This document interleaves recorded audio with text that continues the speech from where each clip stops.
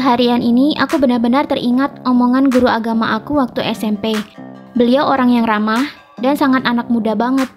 Bisa masuk ke pergaulan anak-anak SMP yang notabene suka bertentangan dengan kehidupan orang tua. Aku lupa siapa namanya. Orangnya berperawakan kecil, tapi berwajah jenius dan sangat suka tersenyum. Beliau dulu juga suka menyapa, baik di kelas maupun di luar kelas. Mungkin karena keramahan beliau, aku jadi teringat topik ajaran beliau waktu masih duduk di bangku SMP dulu. Kebetulan beliau ngajar pelajaran agama Islam dan saat itu lagi bahas topik soal hari kiamat. Ada kata-kata dari beliau yang sangat aku ingat banget. Di antaranya, menjelang hari kiamat nanti, dunia akan terbalik-balik. Yang benar terlihat salah, yang terlihat salah justru benar. Nanti, Dajjal akan muncul ke publik dengan menawarkan dua hal, surga dan neraka. Tapi surga dan neraka Dajjal ini belum tentu surga dan neraka sesuai arti harfiahnya. Bisa jadi ini adalah kiasan. Bisa jadi yang dimaksud dengan surga adalah kesenangan, kebahagiaan, kemenangan, kesuksesan, kemakmuran, pujian, dan kesejahteraan hidup. Sedangkan yang dimaksud neraka di sini adalah kesengsaraan, kemiskinan, dikucilkan, tersisih dari masyarakat, dan segala bentuk penderitaan lainnya. Jika kalian hidup hingga akhir zaman nanti, jangan ambil surga yang ditawarkan oleh Dajjal. Itu adalah jebakan. Itu adalah kebohongan. Jika kalian mengambil surga Dajjal dan mengikuti jalan hidupnya, kalian akan kesulitan pada akhirnya. Kalian akan berpaling dari Tuhan, dan kalian akan dimasukkan ke neraka sungguhan kelak. Menjelang kemunculan Dajjal ini, dunia bakalan serba terbalik dan membingungkan. Dunia akan dilanda perang, baik perang antar negara maupun perang dunia. Kemudian dunia akan dijadikan dalam satu tatanan, hanya ada satu pemerintahan tunggal di dunia ini. Jangan tertipu dengan pemerintahan tunggal ini. Kelihatannya pemerintahan tunggal ini adalah cahaya dan solusi bagi semua umat manusia saat itu. Padahal itu semua adalah tipu muslihat Dajjal. Kemudian, sebelum kemunculan Dajjal ke publik, dunia akan dilanda serangkaian kebohongan dan adu domba. Manusia hidupnya akan dibutakan oleh kebaikan, gelar, pendidikan, kesuksesan, uang, dan keberhasilan hidup. Menjelang kemunculannya nanti, akan banyak manusia berdebat, memperdebatkan salah dan benar. Manusia yang merasa hidupnya benar dan tertolong akan membela semua sistem yang telah dibangun oleh Dajjal. Sistem pemerintahan dunia tunggal, kebohongan-kebohongan yang Dajjal dan antek-anteknya buat, semua yang tampak seperti kebaikan dan keunggulan di dunia akan dibela mati-matian oleh orang-orang yang munafik, yang hati dan pikirannya telah terbutakan oleh sistem dan kebohongan duniawi, rancangan Dajjal dan para pengikutnya. Sedangkan, manusia yang berhati nurani jernih, mereka akan cenderung mempertanyakan setiap sistem dan kebohongan di dunia. Mereka, manusia berhati dan berlogika jernih ini, yang masih menjunjung tinggi pengabdian pada Tuhan, cenderung menolak untuk mengikuti sistem Dajjal yang sudah terbangun. Dan mereka cenderung dikucilkan dan dibenci oleh manusia-manusia yang sudah terbutakan oleh kebaikan sistem Dajjal, karena mereka memilih untuk tidak mengambil jalan yang sama dengan yang orang lain jalankan. Manusia berhati nurani jernih ini akan merasakan ketidakberesan dari sistem duniawi yang ada, dan mereka memilih untuk tidak mengikuti arus karena bertentangan dengan hati nurani mereka yang masih jernih di bawah ketaatannya pada Tuhan. Dan jangan lupa, Dajjal tidak bekerja sendirian. Sebelum kemunculannya ke publik, sudah ada manusia-manusia yang menjadi pengikutnya yang menjalankan sistem kebohongan ala Dajjal. Mereka adalah golongan orang-orang munafik yang tergabung dalam kelompok-kelompok tertentu, nampak baik di publik, namun sebenarnya hati dan pikiran mereka hanya memikirkan nafsu dan kesenangan duniawi saja. Dajjal sangat senang dengan manusia model begini, dan merekalah yang dipakai oleh Dajjal untuk menata sistem dunia. Jika seluruh dunia sudah penuh dengan keburukan dan kebohongan, semua elemen di dunia sudah berhasil mereka kontrol di bawah pemerintahan mereka, maka Dajjal tinggal muncul ke permukaan dan menawarkan propaganda, surga dan neraka. Jangan pernah mau ambil surganya, itu hanya jebakan. Petua ini beliau sampaikan mungkin sudah ada belasan tahun yang lalu. Dulu sih seru-seru saja mendengar cerita model beginian. Ada sensasi ngeri-ngeri horor waktu mendengarnya. Dan sampai aku kuliah pun, cerita-cerita tentang hari kiamat berikut konspirasinya tetap menjadi bahasan yang seru untuk diperbincangkan dengan teman-teman sekelas. Tapi, ketika aku sudah memasuki dunia kerja, semua jadi berbeda.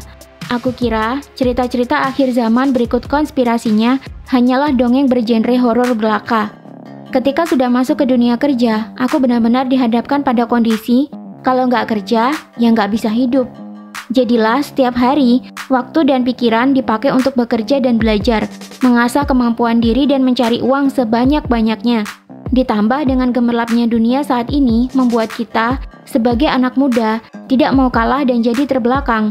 Kita ingin jadi yang paling pintar, paling berprestasi, paling kaya, paling terkenal, dan sederet paling-paling duniawi lainnya. Karena merasa tertuntut dengan kondisi dunia saat ini yang juga membuat kita mau tidak mau harus mengejar duniawi juga kalau kepengen eksis, akhirnya otak kita jadi terjejali ilmu-ilmu sains dan pemberdayaan diri. Kita terpukau dengan pendidikan tinggi berlevel-level, mulai dari sarjana sampai profesor, bahkan kita tidak segan ikut workshop tambahan untuk mengupgrade ilmu duniawi kita. Sampai kita lupa kalau kita sudah terseret masuk terlalu jauh ke dalam masalah duniawi. Sistem duniawi saat ini yang hedonis membuat kita mau tidak mau berpikiran soal mendapatkan uang sebanyak-banyaknya dan berpikir secara logis sebisa mungkin. Kita mulai menyisihkan segala hal yang berbentuk gaib dan semua hal yang tidak bisa dinalar pakai ilmu-ilmu saintis zaman sekarang. Kita cenderung mentertawakan jika ada orang lain yang bercerita bahwa ada oknum X yang masih melakukan praktek pesugihan dan guna-guna, ada oknum Y yang tergabung dalam kelompok-kelompok satanis, dan sederet cerita gaib akhir zaman lainnya.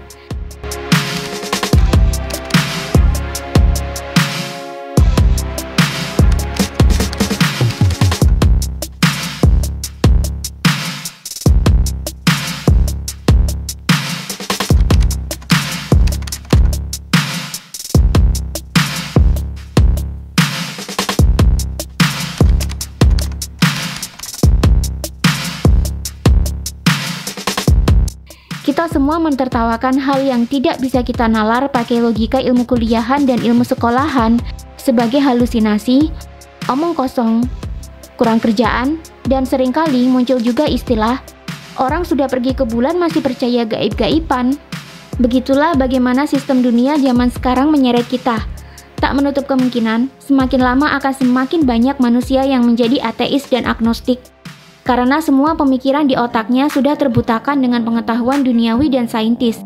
Selama tidak bisa dinalar, maka itu adalah omong kosong dan sebuah bentuk kebodohan yang harus ditinggalkan. Lama-lama, akan makin banyak orang yang tidak percaya lagi pada agama dan Tuhan. Bagi mereka, agama tak lebih dari cerita dongeng yang kebenarannya masih banyak yang belum bisa dibuktikan secara ilmiah. Apalagi Tuhan, yang wujud dan lokasinya saja kita tidak tahu. Mengacu pada kenyataan seperti ini, aku sekarang gak menampik jika mungkin saja apa yang dipetuahkan oleh guruku itu akan menjadi kenyataan. Mengingat zaman sekarang saja, baru kena COVID-19 saja, kita sudah berbenturan satu sama lain. Kita sebagai rakyat jelata mulai berdebat dengan tim-tim medis yang mengaku kalangan intelek dan penuh dengan ilmu-ilmu saintis. Bagi rakyat jelata yang menyempatkan diri untuk riset mandiri, dan mereka yang masih percaya dengan petuah leluhur dan pemimpin agama, cenderung mempertanyakan kejanggalan-kejanggalan yang terjadi selama pandemi ini.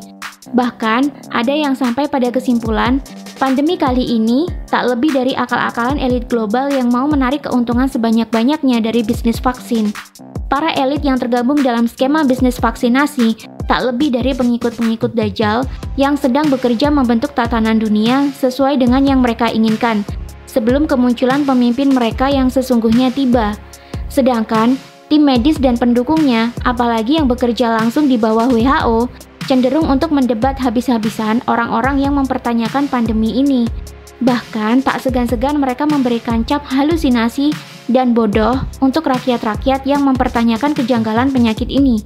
Berkali-kali mereka menekankan bahwa penyakit ini benar-benar ada dan sangat mematikan. Jadi, setiap rakyat harus mendengarkan mereka karena merekalah yang belajar soal penyakit dan kesehatan. Merekalah yang pintar dan memiliki kapasitas untuk bicara soal penyakit ini. Zaman sekarang, rasanya semua serba berbenturan. Yang salah terlihat benar, yang benar terlihat salah. Ini baru COVID-19, baru penyakitnya saja yang keluar. Nah, bagaimana nanti ketika vaksinnya keluar ya? Apakah nanti akan terjadi perdebatan sengit lagi antara rakyat dengan tim medis plus pendukungnya? Lalu keluar statement, Ambil saja vaksinnya sekarang. Kalau nggak divaksin, kamu nggak akan bisa hidup bebas. Kemana-mana harus bawa hasil rapid test atau PCR test yang merepotkan. Ketika kamu divaksin, kamu bisa bebas pergi kemana-mana dan melakukan apa saja tanpa berisiko terjangkit COVID. Bagi yang tidak mau mengambil vaksinnya, kalian termasuk golongan orang bodoh yang merugi. Jika statement seperti di atas keluar, apa yang akan terjadi selanjutnya pada dunia ini ya? Apakah ini sudah benar-benar akhir zaman seperti yang diceritakan oleh guruku tadi?